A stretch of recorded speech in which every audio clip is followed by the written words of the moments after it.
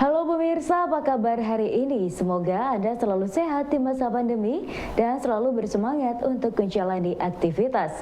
Bagi pemirsa yang harus tetap bekerja di luar rumah, jangan lupa untuk menggunakan masker. Hari ini program Berita Newspoint hadir menjumpai Anda bersama saya Khairunisa. Selama 30 menit ke depan, Newspoint akan menyajikan berita terbaru seputar Universitas Brawijaya dan Malang Raya. Jangan kemana-mana, keep on our channel Newspoint.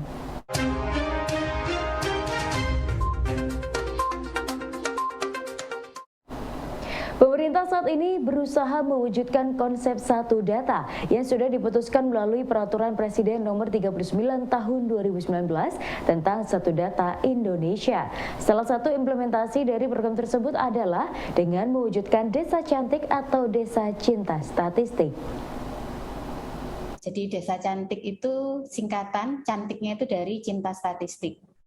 Ini adalah salah satu program yang diselenggarakan oleh BPS, yakni penyelenggaraan statistik sektoral di level desa atau kelurahan ya, sesuai dengan Sistem Statistik Nasional atau SSN. Nah, Desa atau Kelurahan Cantik itu sendiri adalah sebuah program untuk peningkatan kompetensi aparatur desa atau kelurahan dalam pengelolaan dan pemanfaatan data, sehingga perencanaan pembangunan bisa lebih tepat sasaran. Nah, di sini konsepnya sebenarnya begini, kita sama-sama paham sekarang kan era big data gitu ya Mas Sidik ya, di mana data is the new currency katakanlah, atau data is the new gold. Bagaimana kita ini bisa memberikan sumbangsi ke pemerintah melalui kerjasama dengan BPS, menyediakan fondasi data yang valid untuk nantinya digunakan sebagai pijakan pengambilan keputusan-keputusan di level pemerintah. Nah, di sini sudah saatnya kita menempatkan desa ini sebagai subjek pembangunan, tapi dan bukan objek pembangunan gitu intinya ya.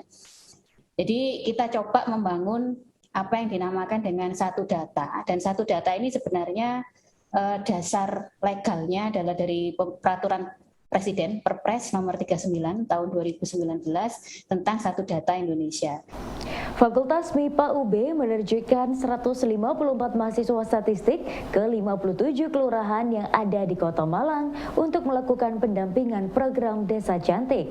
Menurut Wakil Dekan Bidang Akademik MIPA UB Nurjana, program ini merupakan sinergi dengan BPS Kota Malang yang sesuai dengan misi dari Departemen Statistik. Jadi ini nanti sifatnya ke pendampingan. Nah, poinnya di pendampingan.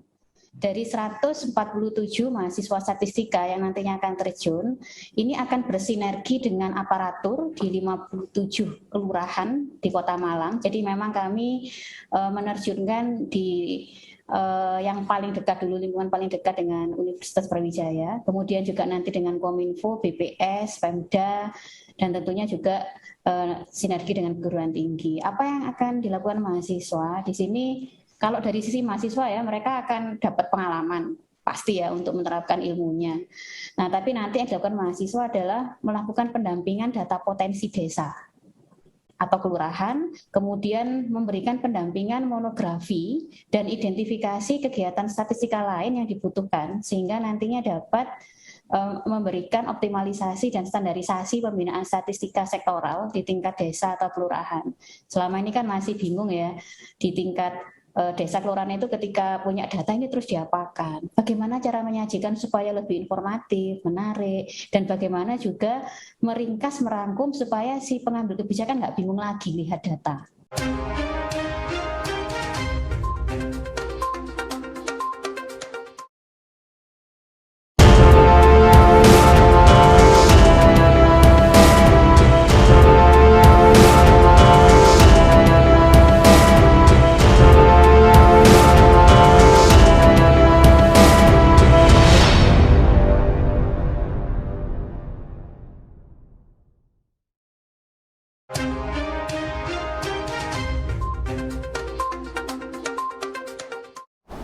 Rektor UB Profesor Nufil Hanani meminta agar sinergi antara Pusat Pembinaan Agama, Basis UB dan Masjid Raden Patah diperkuat untuk meningkatkan peran dan kiprahnya dalam dakwah di UB dan lingkungan sekitar. Nufil melihat 3 lembaga ini sudah memiliki pemimpin yang bagus dan juga manajemen tim yang kuat, sehingga jika bersinergi dalam dakwah di UB akan semakin bagus.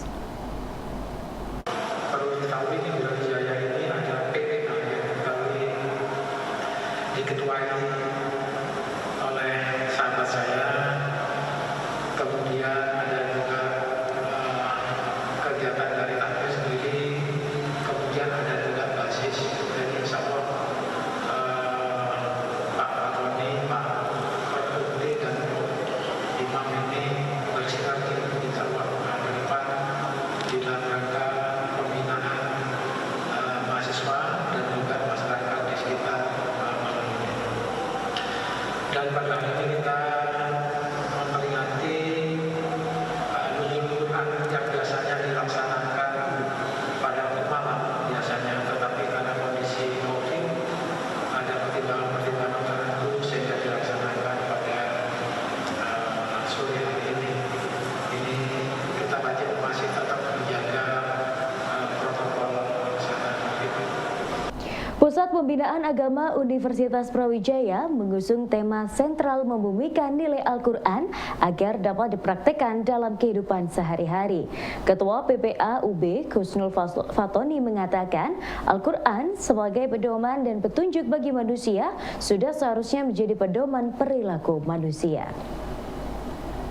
Tema sentralnya adalah membumikan nilai-nilai Al-Quran dalam kehidupan nyata, sehingga Al-Quran itu bukan sekedar konsep tetapi harus menjadi panduan aplikasi dalam kehidupan. Dan itulah yang kemudian disebut dengan membumikan Al-Quran dalam segala aspek kehidupan.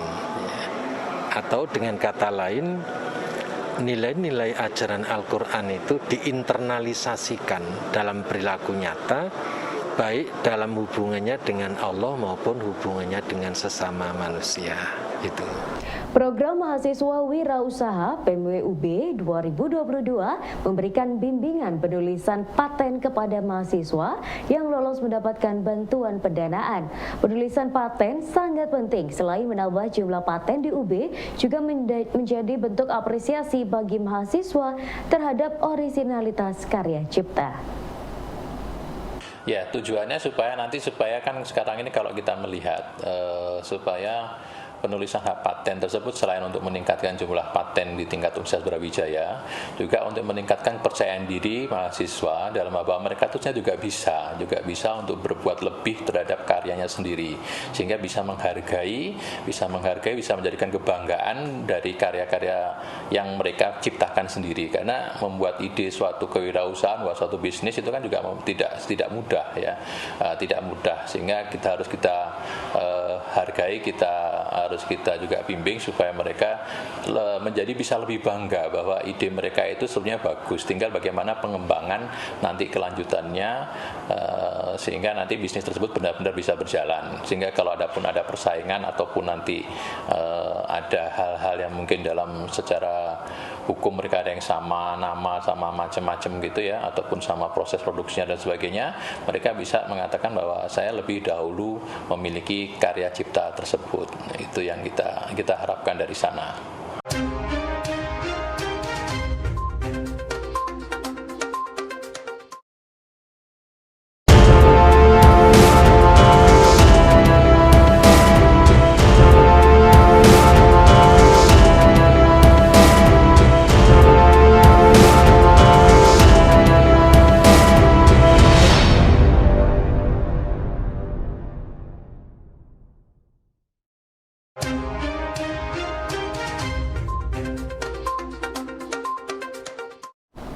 Sastra Cina merupakan salah satu prodi yang ada di Fakultas Ilmu Budaya UB.